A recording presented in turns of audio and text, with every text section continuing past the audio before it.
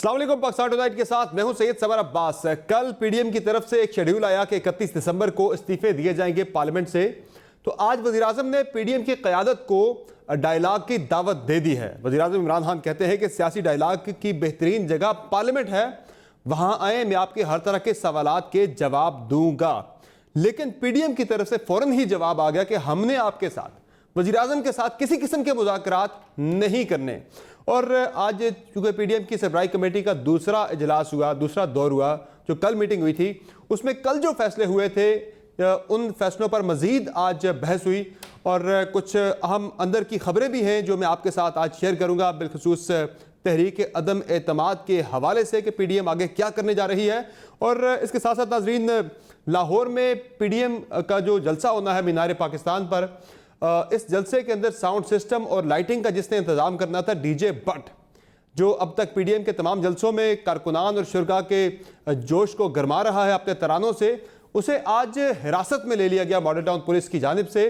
और बहरहाल उस पर जो भी इल्ज़ामात हैं, लेकिन इस मौके पर गिरफ्तारी जो है उसे काफ़ी ज़्यादा सूबाई हुकूमत और मरकज़ी हुकूमत पर तनकीद का निशाना बनाया जा रहा है कि एक तरफ आप कहते हैं कि इजाज़त है जलसे करने की, दूसरी तरफ इस तरह की रुकावटें डाली जा रही, कभी मीनार पाकिस्तान पे पानी छोड़ दिया जाता है, कभी डीजे बट को हिरासत में ले लिया जाता है। तो इससे अपोजिशन ये कह रही है कि हुकूमत कहीं ना कहीं घबरा गई है। क्या ऐसा ही है?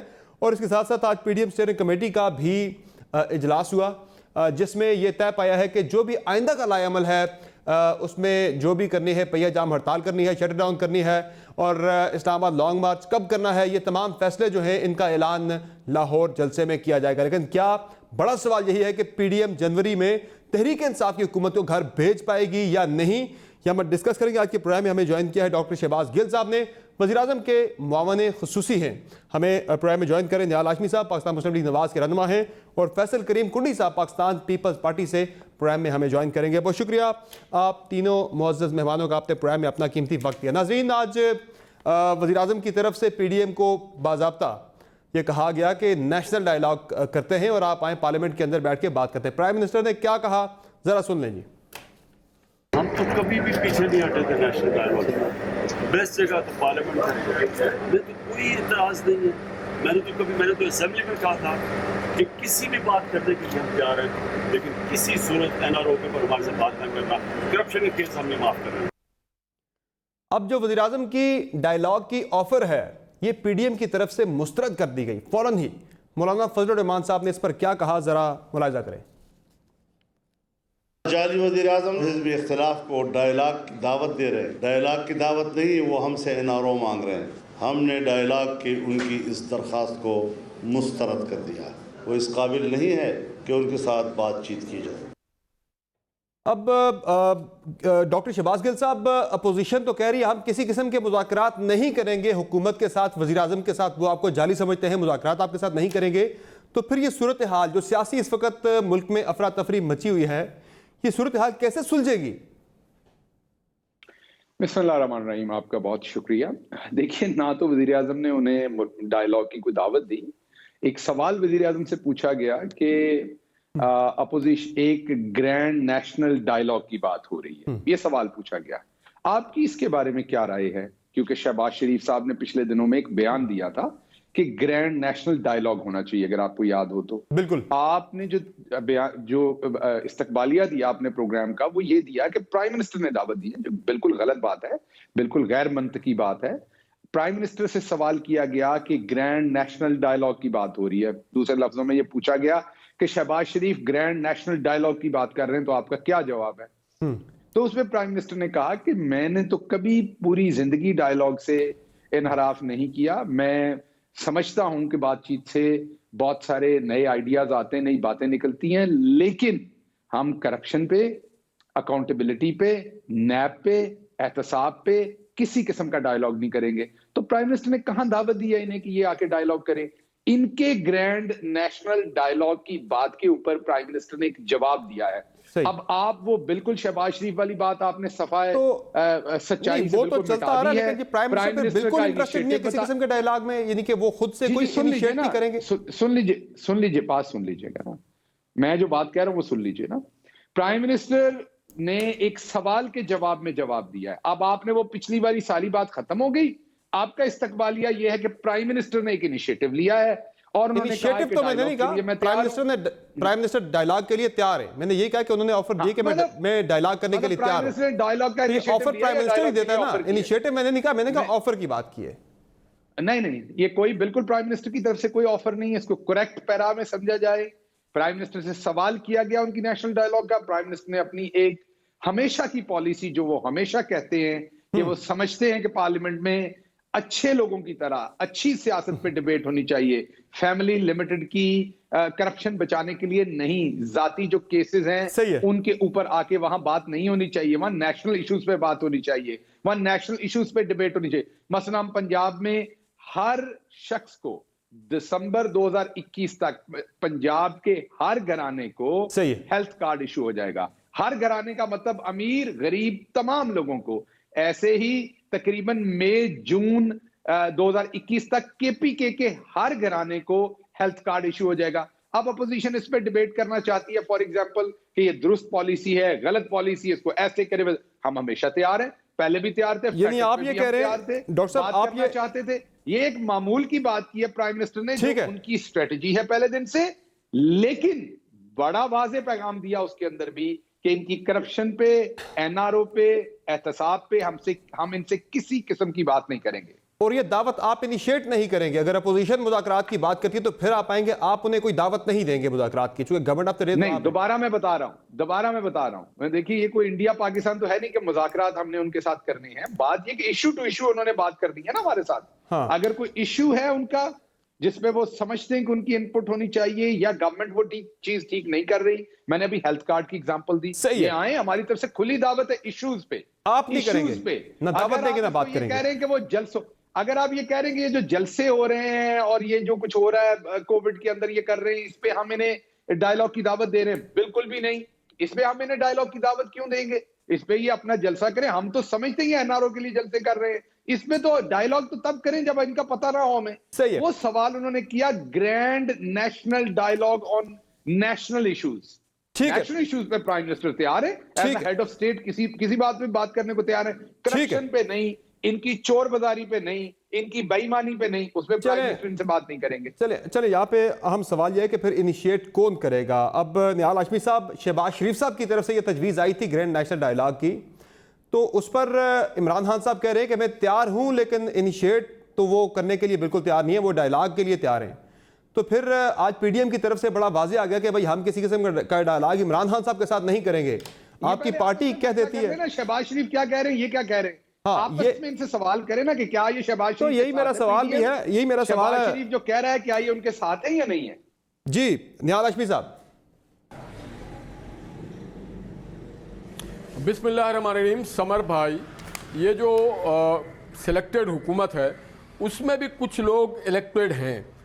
मुनासिब होता कि आप शिबली फराज जैसे सेनेटर मुंतखब हैं उनको बुला के पूछते हैं। ये तो बेगानी शादी में अब्दुल्ला दीवाना है। मैं इलेक्टेड तो अभी आप भी नहीं है, इलेक्टेड तो अभी आप भी नहीं है निहाल हाशमी साहब, इलेक्टेड तो अभी आप भी नहीं है। मरियम इलेक्टेड है, आपने सवाल, आप तो अब इलेक्टेड नहीं हो सकते, आपको तो बदतमीजी। मैं तो पार्टी के सियासी कारकुन, ये तो सियासी कारकुन नहीं है ना भाई, ये तो इम्पोर्टेड लोग हैं। उन्हें वज़ीर आज़म ने कोई ओहदा दिया, पोजीशन दी है निहाल हाशमी साहब, गैर सियासी लोग हैं। चले ये निहाल हाशमी साहब, निहाल हाशमी साहब नहीं, प्लीज उस तरफ ना लेकर जाए। पब्लिक रिप्रेजेंटेटिव निहाल हाशमी साहब, जो मैंने आपसे सवाल किया काइंडली उस नुक्ते पर आ जाए। ये पॉलिटिकल वर्क है, ये वज़ीर आज़म की सौअब्दीद है, वो जिसको मर्जी को ओहदा दे, उन्होंने इनको अहल समझा तो ये ओहदा दिया है। पाकिस्तान की सियासत क्या है, मैं तो इनके बीच में बोला ही नहीं। चलिए आप अपने नुक्ते पर आए ना, नाम ले रहा हूं, मैं तो जवाब देना चाहता हूं, मेरी बात तो सुने। नहीं, मैं ये कह रहा हूं कि ये मेरा सवाल नहीं आपसे, मेरा सवाल आपसे ये है, मेरा सवाल आपसे ये है, अब उस जवाब पर आए। घबरा गई है इमरान खान साहब और उनके टोला बहुत बुरी तरह से घबराए हुए हैं और ये चाहते हैं कि हम इनको और इनके हवारियों को एनआरओ दे दें।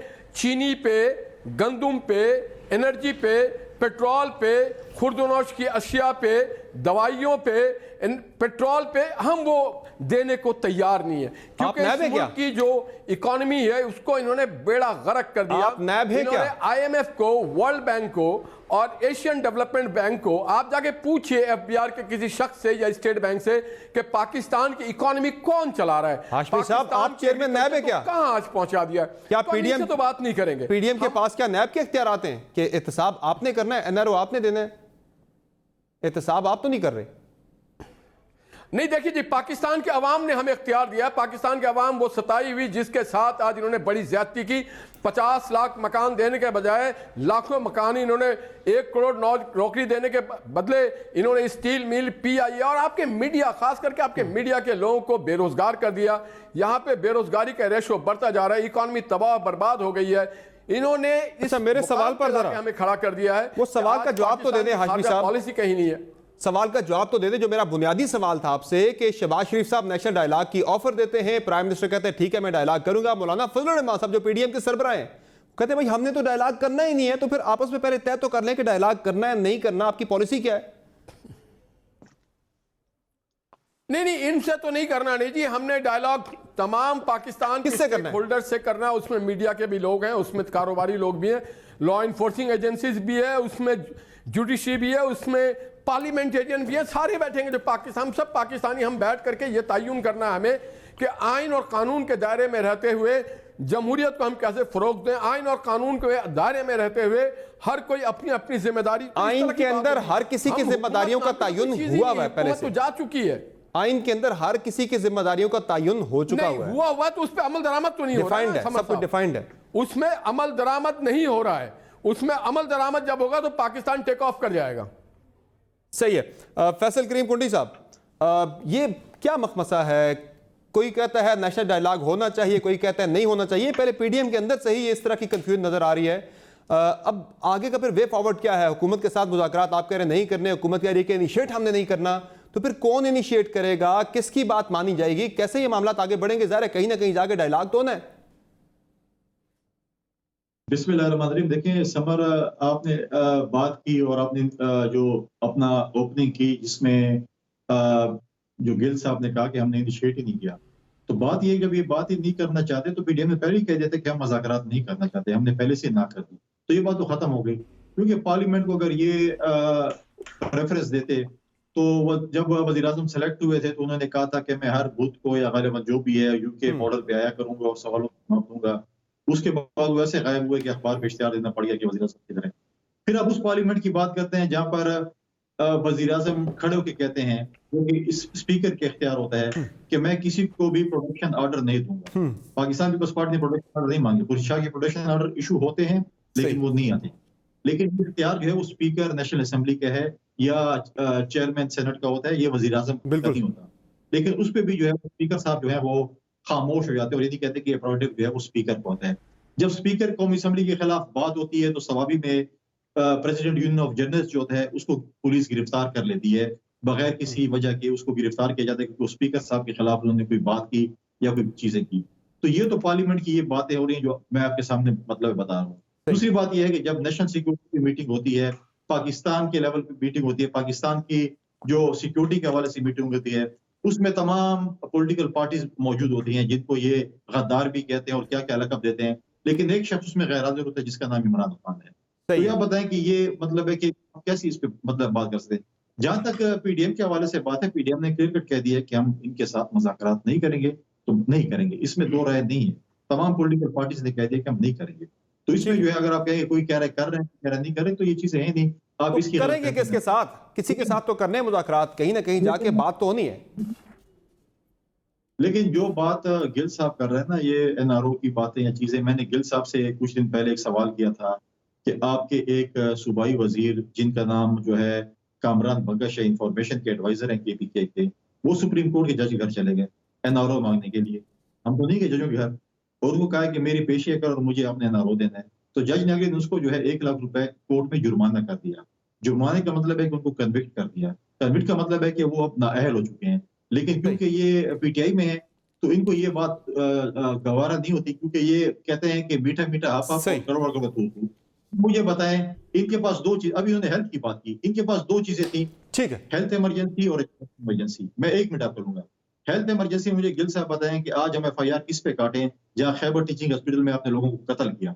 आप जो है कोरोना करते हैं, कोरोना में 2 चीजें की जो है वो ठीक। अशद जरूरत होती है, एक ऑक्सीजन की और एक वेंटिलेटर्स की। तो ठीक वो है। कहाँ थे आपके वो बता जो कि चलिए, आपका पॉइंट आ गया, आपका पॉइंट आ गया। एजुकेशन पे एक से एक लाइनर एजुकेशन पे ये बात करते थे। इनके एक चैंपियन ठीक है। वजीर मुराद से जो कि 1 घंटे में पेपर देते थे, उनके वालिद आला तालीम हासिल करने के लिए ऑस्ट्रेलिया गए ठीक और है। स्टूडेंट वीजा के ऊपर वापस कर दिया। आज एक इनके MPA लियाकत अली खान का नाम है, मालाकंड यूनिवर्सिटी में पेपर देते, अनफेयर मीन में जो है चले उनको बुलाया गया, कुंडी उनको साहब, नकल। कुंडी साहब, मैं दोबारा आपकी तरफ आता हूँ। ये अहम मामलात हैं, इन पर भी बात ज़रूर होनी चाहिए, लेकिन हमारा इस वक्त जो मुद्दा है वो PDM की तहरीक है, वो कैसे कामयाब होगी, कैसे आगे बढ़ेगी। तो नाजरीन, मेरी आज PDM के कुछ अहम सीनियर रहनुमाओं के साथ बैकग्राउंड बातचीत हुई और वो ये बता रहे हैं, मैं कुछ खबरें आपके साथ शेयर करने जा रहा हूँ।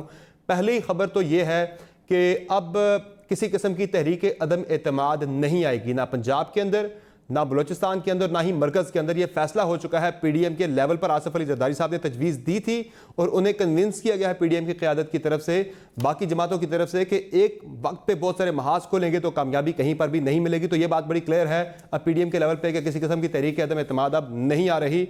और दूसरी चीज़ यह है कि इस्तीफ़े देते वक्त सेनेट में जो सेनेट का इलेक्शन होना है मार्च के अंदर, उसके शेड्यूल के मुताबिक दिए जाएंगे। चूंकि 60 दिन के अंदर ज़िमनी इलेक्शन करवाना होता है और खान साहब बड़ा वाज़ेह कर चुके हैं कि मैं ज़िमनी इलेक्शन करवाऊंगा, तो वो 60 दिन का जो गैप है बीच में वो रख के इस हिसाब से इस्तीफे दिए जाएंगे। और इसके साथ साथ नाज़रीन, एक ये भी है कि जो लॉन्ग मार्च होना है उस हवाले से खबर ये है कि लॉन्ग मार्च पूरे मुल्क से आएगा, किसी एक पर्टिकुलर शहर से नहीं आएगा। और इस्लामाबाद के अंदर ये 1 दिन का इवेंट होगा। इस्लामाबाद में धरना अपोजिशन नहीं देने जा रही, ये फैसला भी PDM के प्लेटफॉर्म पे हो चुका है।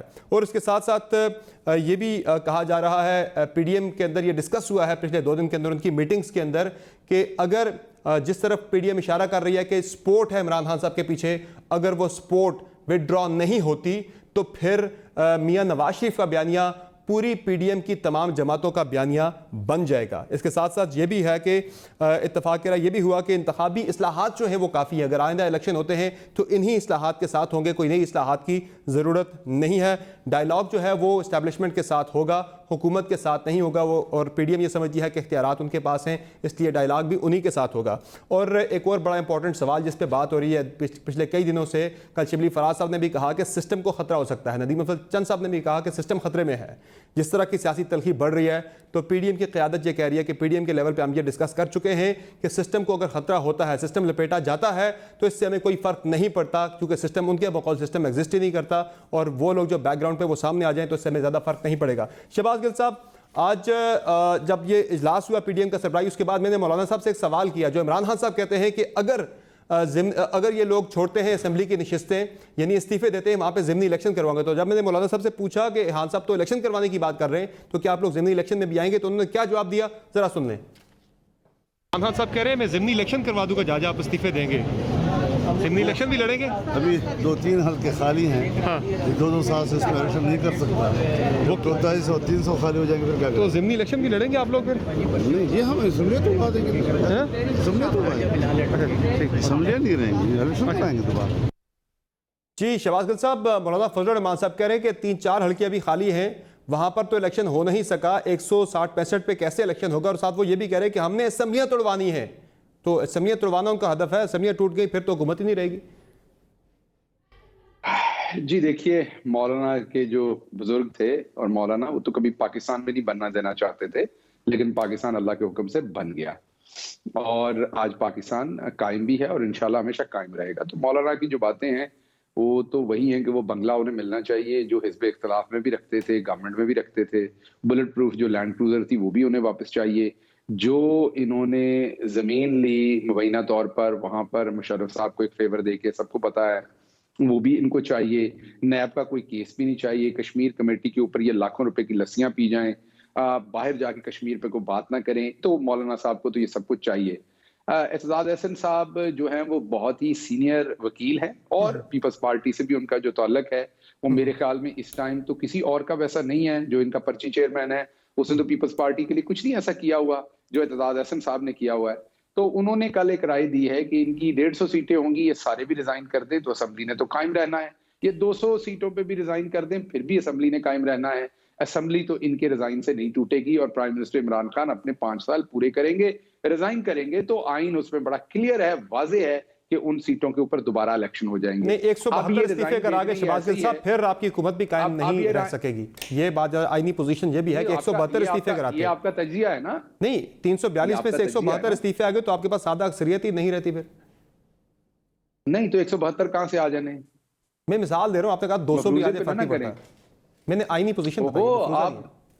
मैं आपको आईनी पोजीशन बता रहा हूं कि जितनी इनकी सीटें हैं वो सारे भी इस्तीफे दे दें जब तक हमारे पास वो तो क्लियर, बिल्कुल उस पे मैं आपसे एग्री करता हूं, बिल्कुल उस पे जिमनी इलेक्शन होगा, आइन उसमें बड़ा क्लियर है। मैं 200 इस्तीफे जो हैं वो आपके नीचे वाली असेंबलियों को मिला के तमाम मेंबर्स को मिला के कह रहा हूं, मैं नेशनल असेंबली के नहीं कह रहा, क्योंकि आपने अगला सवाल कर देना था कि नेशनल असेंबली में तो इनकी सीटें ही आपको पता है जो 130-40 जितनी भी सीटें हैं उससे ही रिजाइन 157 है, 157 और की सीट का रिजाइन तो नहीं दे देंगे, 15 शॉर्ट है 172 तो मैं जो प्रोविंशियल असेंबलीज हैं उनको भी डाल के कह रहा हूं 250, 300, 400 जितने भी रिजाइन देंगे वो दोबारा इलेक्शन हो जाएंगे। वो तो एजाज हसन साहब ने कल बड़ा क्लियर कर दिया।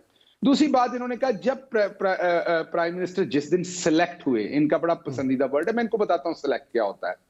सिलेक्ट था एक बंदा था जिसका नाम था जुल्फकार अली भुट्टो, सिलेक्ट वो हुआ था डैडी कह के एक डिक्टेटर के साथ, फिर उसकी कैबिनेट में वो बैठा करते थे उस डिक्टेटर के, फिर वो मार्शल एडमिनिस्ट्रेटर बना खुद से जो सिलेक्ट हुआ था, फिर उसने पाकिस्तान को 2 लख्त करवाया उसी शख्स ने। हाँ, बाद में उसको थोड़ा ख्याल आया कि मैंने जमहूरियत के लिए कुछ करना है और उस पे अवाम ने उसकी इज्जत भी की, फिर उनको एक ज्यादती के तहत उनको फांसी दे दी गई, जहां तक मैं मानता हूं कि वो उनके साथ ज्यादती थी। उनकी फांसी चढ़ने के बाद उस तर्ज के ऊपर उनकी बेटी लीडर बन गई, ये होता है सिलेक्ट, बेटी सिलेक्ट हो गई, फिर बेटी ने पॉलिटिक्स की, फिर बेटी के साथ एक हादसा हो गया, टेररिज्म हो गया जो नहीं होना चाहिए, हम सबको दुख है उनके जाने का। जब वो गई तो पीछे से एक छोटा बच्चा जिसके मुंह में अभी फीडर था, जो अब कुंडी साहब का लीडर है, वो मुंह में से फीडर निकाल के बेनजीर साहबा की एक ऐसी वसीयत जिसमें जो अंग्रेजी लिखी हुई है, या मैं लिख सकता हूं या कुंडी साहब उस तरह की अंग्रेजी लिख सकते हैं, बेनजीर इंग्लिश मीडियम की पढ़ी हुई थी, वो उतनी गंदी अंग्रेजी नहीं लिख सकती, उनका सेंटेंस स्ट्रक्चर उतना गंदा नहीं हो सकता जितना उस वसीयत में है, उसमें लफ्ज इतने ऑर्डिनरी नहीं हो सकते। और अगर ये कहते हैं कि हो सकते हैं तो फिर इनको मानना पड़ेगा कि बेनजीर साहबा को ज्यादा पढ़ी लिखी नहीं थी। तो कहने का मतलब ये कि वो जो वसीयत पढ़े आप, तो वसीयत बेनजीर की लिखी हुई नहीं है, उनके वर्ड्स उनके नहीं है। तो एक वसीयत के ऊपर अगर है भी तो वो चूसनी मुंह से निकाल के अच्छा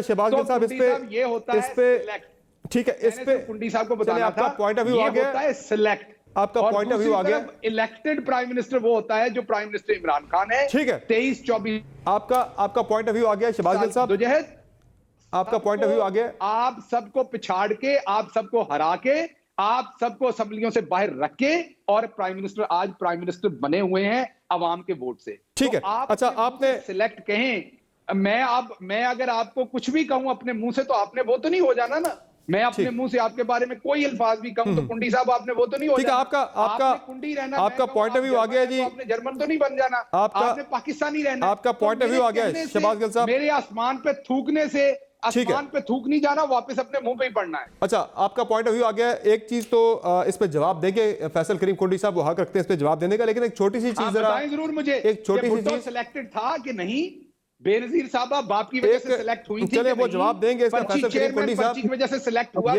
ये जो आप जवाब जरूर लेके दीजिएगा कि इसका जवाब देंगे। थोड़ा सा जरा जो मेरी मालूमात है, आपने बिलावल भुट्टो जरदारी की जो बात की, मेरी मालूमात है जहां तक वो ये है कि जो वसीयत थी उसमें बिलावल भुट्टो जरदारी का जिक्र नहीं था, उसमें यह था कि अबूरी जो बीच में होगा वो जरदारी साहब संभालेंगे। बाद में पार्टी की सीईसी ने बिलावल को इलेक्ट किया था, तो वो ये मेरी जो मालूमात है सारे मामले पे बेनजीर भुट्टो की वसीयत में बिलावल का मेंशन नहीं था वहां पे।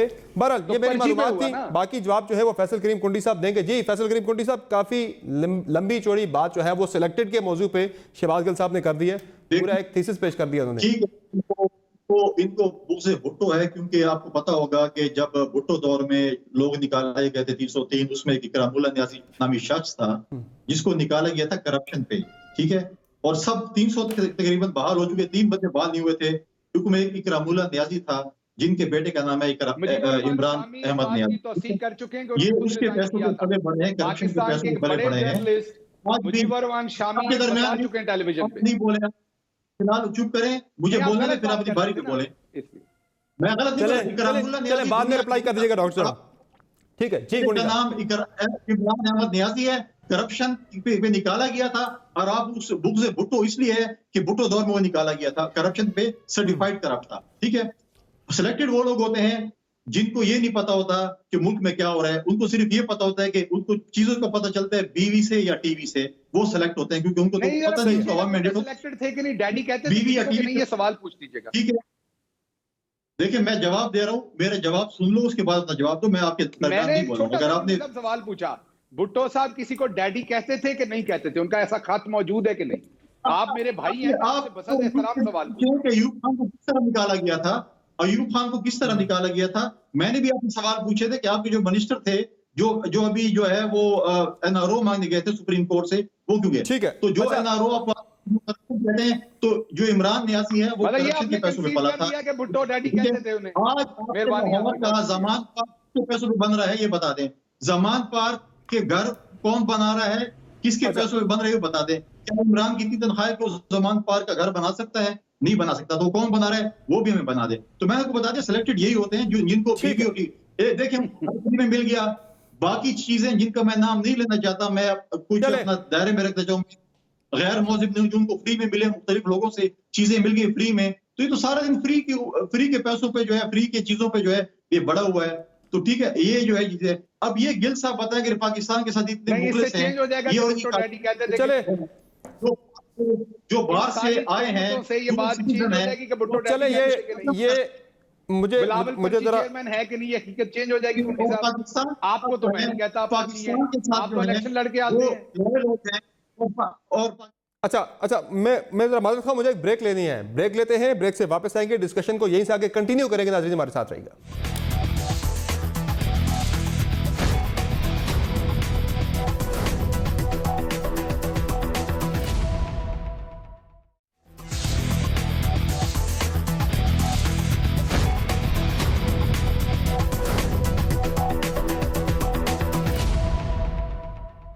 वेलकम बैक टू नाज़रीन। ब्रेक से पहले मैंने खबर दी थी कि अब पीडीएम के अंदर तय पा गया है कि किसी किस्म की तहरीक अदम एतमाद नहीं लेकर आनी।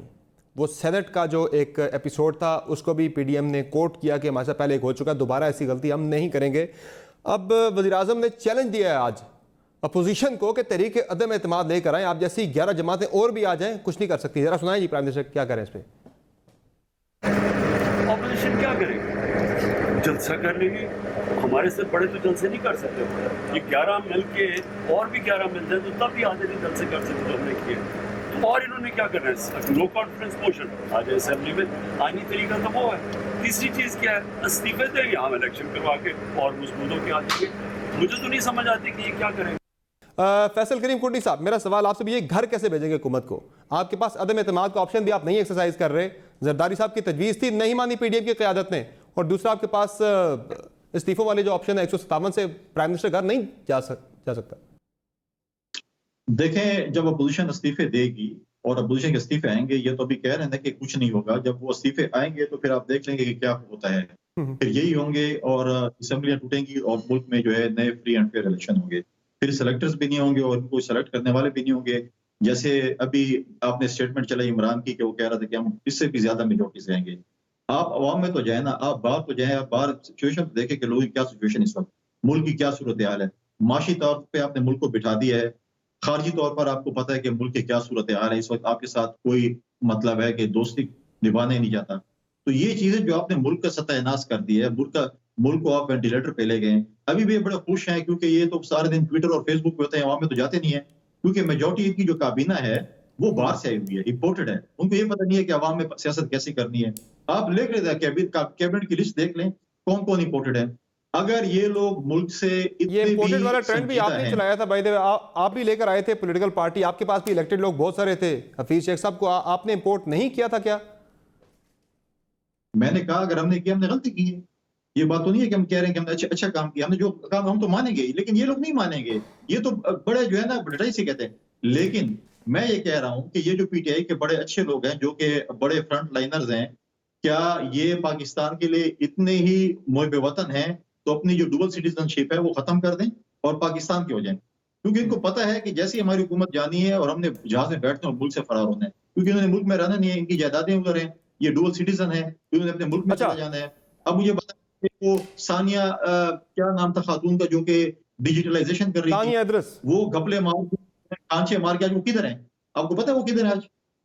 आज वो इस मुल्क में भी नहीं है, मुल्क से बाहर चले गए, अपने मुल्क चले गए, अपने यहाँ पे जो है ना करके इनको नारो दे के उन्होंने मुल्क से भेज दे उनको बाहर। तो ये सारे लोग ऐसे इंपोर्टेड लोग हैं।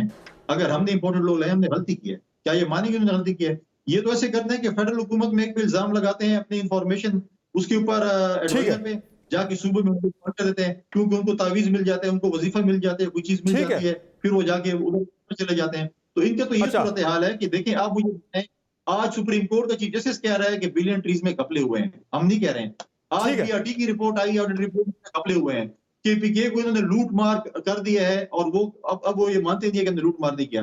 आज जिन्होंने लोगों का कत्लेआम किया खैबर टीचिंग अस्पताल में, वो कातिल किधर हैं? हम चले ठीक है, ब्रेक लेते हैं, ब्रेक से वापस आते हैं, बात होगी।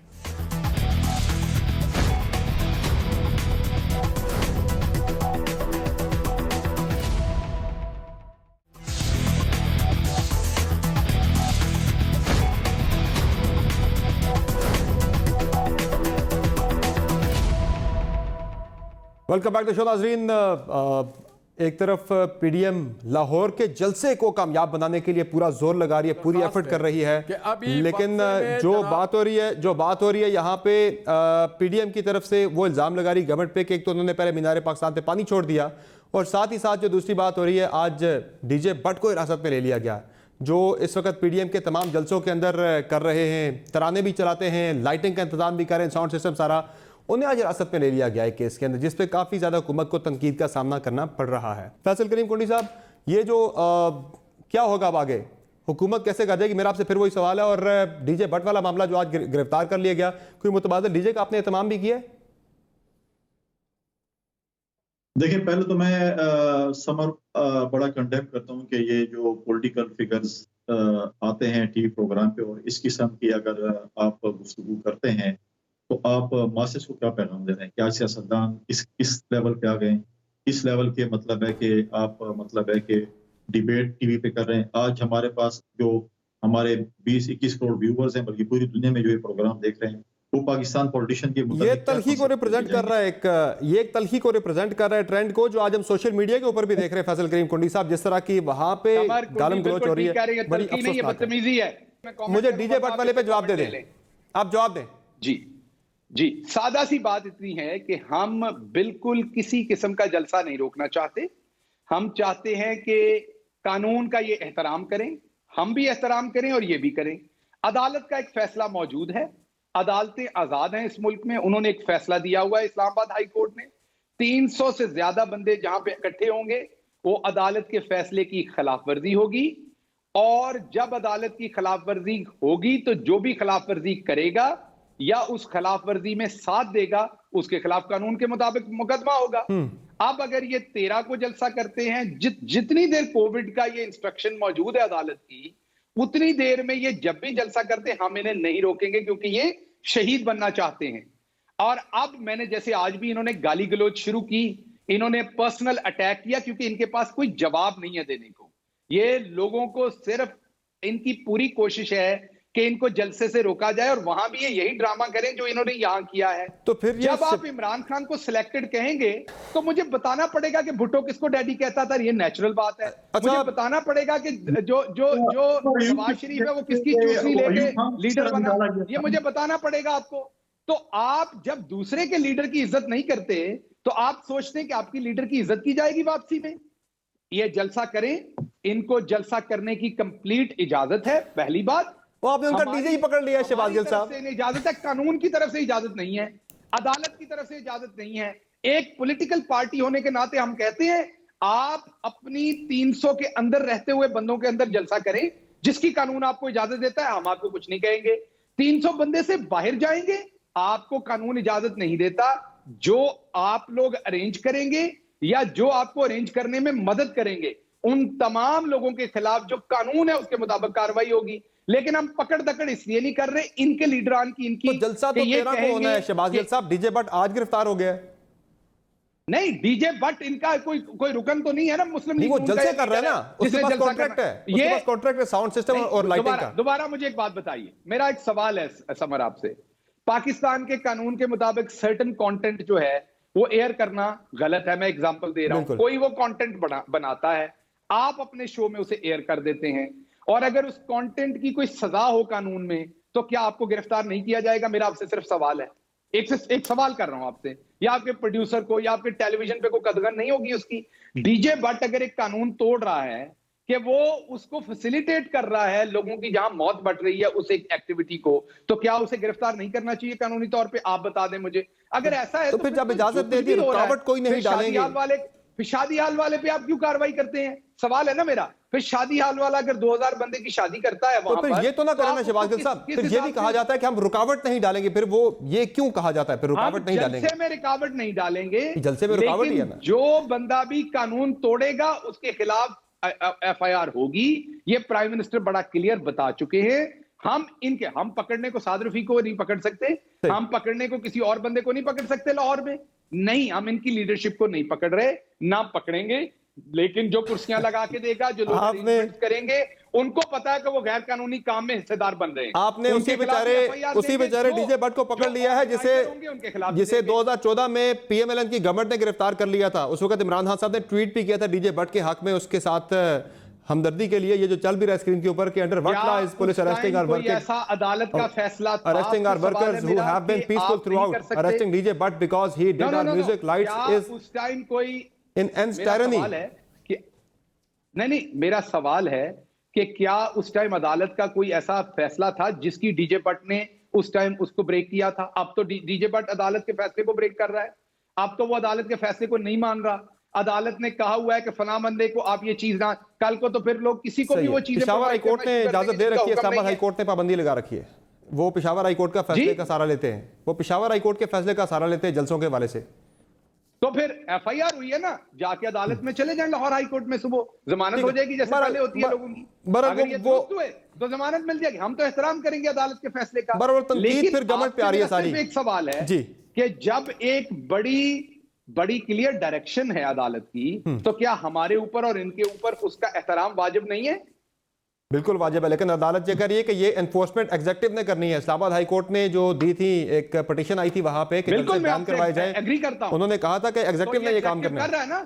ठीक है, फैसल करिए पुलिस अभी एग्जीक्यूटिव पुलिस है ना, उसने एफआईआर दी अदालत के अहकामात को सुनते हुए, ठीक है, ठीक है, चले मैं जरा न्याल हाशमी साहब का इंप्लीमेंट करने की कोशिश की है। डीजे बट की बात उन्होंने की, तो मुझे ये बताएं कि खैबर पख्तूनख्वा में खैबर टीचिंग अस्पताल में जो मरीज को इन्होंने कत्ल किया है, तो उनकी एफआईआर हेल्थ मिनिस्टर पे और सीएम के पे नहीं होती है, जिसका ऑक्सीजन खत्म किया गया। अच्छा, उनको पता है कि खत्म किया, तो उनके कातिल यही सूबाई हुकूमत है, यही वजीर आला है, यही हेल्थ मिनिस्टर है और नौशरवान बरकी है, फिर उनको भी एफआईआर काटे और उनको भी लेके आए। ताकि इन्होंने मुझे एनआरओ की बात नहीं की, जो इनके कामरान बंगश ने एनआरओ मांगा सुप्रीम कोर्ट से, ठीक है, तो ये खा पी गए हैं। चले उस तरफ आएंगे कोनी साहब, जरा न्याल हाशमी साहब का मौके पे ले लूं इस पे। न्याल हाशमी साहब, ये जो डीजे की गिरफ्तारी की बात हो रही है, बड़ा वाजे कर दी है अभी शहबाज गिल साहब ने कि एक कानून है, अदालत का फैसला आ चुका है, उस पर अमल दरामद होना है, और हम कर रहे हैं कि वो फैसिलिटेट कर रहे हैं एक कोविड फैलाने के लिए एक इवेंट को, तो हम उन्हें गिरफ्तार करेंगे। अब सिर्फ जरा पॉइंट पे रहिएगा, कहीं और ना जाइएगा, मेहरबानी। समय एक तो मैं कहीं नहीं जा रहा हूं, मैं आपसे एक अर्ज़ करूंगा कि प्लीज़ अपने प्रोग्राम में शाइस्तगी का दामत ना छुड़वाएं, और ये आप रिकॉर्ड पे रहें। बहुत खूबसूरत बात की आपने, बहुत खूबसूरत बात की आपने कि शाइस्तगी का दामन नहीं छोड़ना चाहिए। ठीक है, जरा इस पॉइंट पे आ जाएं, जरा मैं सपोर्ट करता हूं इसे। बिल्कुल दूसरी बात मैं करना चाहूँगा, ये इंतहाई बौखलाहट का शिकार है।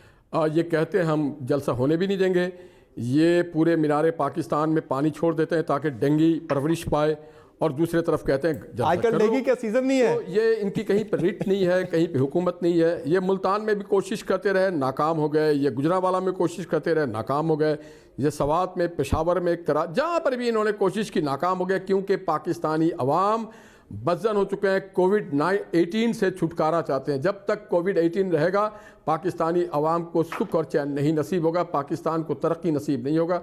और अब ये आखिरी मिशन है, ये इलाज है, ये दवा है, ये रैली, ये जलसे, ये जुलूस कोविड-18 का, और इंशाअल्लाह ताला हम इसमें शफ़ेआब होके ही रहेंगे। जी शहबाज गिल साहब। अच्छा देखिए बात ये है कि आपने देखा कि ये कौम को ये देखना पड़ेगा, हमारी कौम को आज का आपका प्रोग्राम जब रिपीट हो ना, देखना पड़ेगा कि कैसे इन्होंने जाती गाली गलौज की। उसके बाद जब मैंने इनसे इनकी जुबान में बात की तो आप देखिए कितने ये अच्छे बच्चे होके इन्होंने आखिरी कमेंट किया है। हजरत अली का कॉल है कि लोगों से उसी जुबान में बात करो जिसकी उनको समझ आती हो।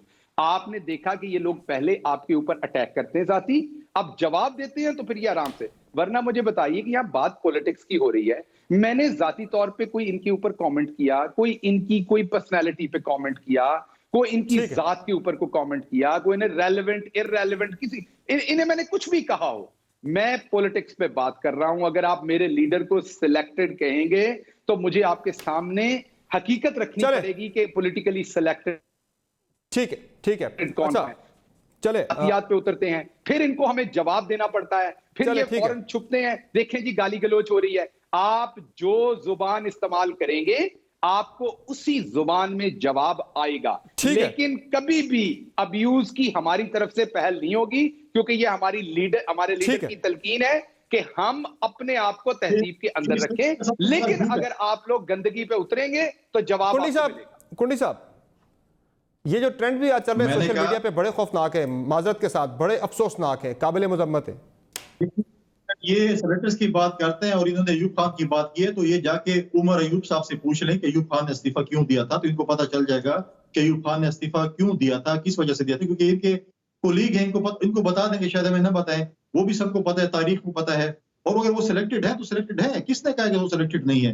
वो सिलेक्टर जब उसको लेके आए हैं तो आप हकीकत से क्यों, आप जब हम कहते हैं सिलेक्टेड है वजीर आजम, तो आपको क्यों इतना गुस्सा आता है? अगर नहीं है तो फिर आप खामोश पड़ जाइए, हम इलेक्टेड हैं, आप इलेक्ट होकर दिखाएं। लेकिन आप काम सिलेक्टर्स का करते हैं, जैसे मैंने पहले आपको कहा था कि सिलेक्टर्स काम ये, जिनको व्हाट्सएप पे मैसेज किया जाता है कि आप ये काम करें, जो पाकिस्तान की जो नेशनल सिक्योरिटी की मीटिंग है उसमें गायब हो जाते हैं। अच्छा, वो कैसे नहीं होगा? मुझे ये बता दें, चले मुझे एक जरा सियासी सवाल है, मुझे इस तरह जवाब दे दें कि आपके आज बिलावल साहब ने अनाउंस किया कि पार्टी की सीसी से मंजूरी लेंगे इस्तीफों के फैसले पे, तो अगर सीसी मना कर देती है कि नहीं देने इस्तीफे, पार्लियामेंट का प्लेटफॉर्म नहीं छोड़ना बेनजीर भुट्टो की आइडियोलॉजी के मुताबिक, तो फिर क्या होगा? देखें, ये तो इफ एंड बट की वाली बात है ना। पीडीएम ने कल फैसला किया, चेयरमैन बिलावल पहले भी कहा था कि हम सीसी से की मीटिंग करेंगे, सीसी की मीटिंग वो कॉल कर रहे हैं। जैसे सीसी की मीटिंग कॉल होगी उसके अंदर डिबेट होगी, मुख्तलिफ डिबेट्स होती हैं, उसके अंदर ओपन फोरम होता है, हर कोई बात करता है, बात करेंगे, हर किसी की अपनी राय होगी और फिर पार्टी सीसी फैसला करेगी। तो उन्होंने कहा है कि आप अपने पार्टी लीडरशिप के साथ इस्तीफे जमा करें। चले हमारे जो एमपीएस, बहुत शुक्रिया आप तीनों सियासतदानों का आपने प्रोग्राम में अपना कीमती वक्त दिया। नाजरीन, आज सोशल मीडिया जो प्रोग्राम के अंदर आपने देखा एक दूसरे पे ज़ाती हमले, गलत ज़ुबान इस्तेमाल हुई, नहीं होनी चाहिए थी। सोशल मीडिया पर भी इसी तरह के ट्रेंड्स चल रहे हैं जो कि इंतहाई अफसोसनाक है। ये हमारे मुल्क के अंदर जो सियासी पोलराइजेशन है जो पीक पे अपनी पहुंच चुकी है, इसे ख़त्म करने के लिए हुकूमत को किरदार अदा करना पड़ता है, उसे भी करना चाहिए, अपोजिशन को करना पड़ता है, उसे भी अदा करना चाहिए। इस सियासी तलखी को कम करना चाहिए, मुल्क के लिए अच्छी नहीं। इजाज़त दीजिए, अल्लाह हाफ़िज़।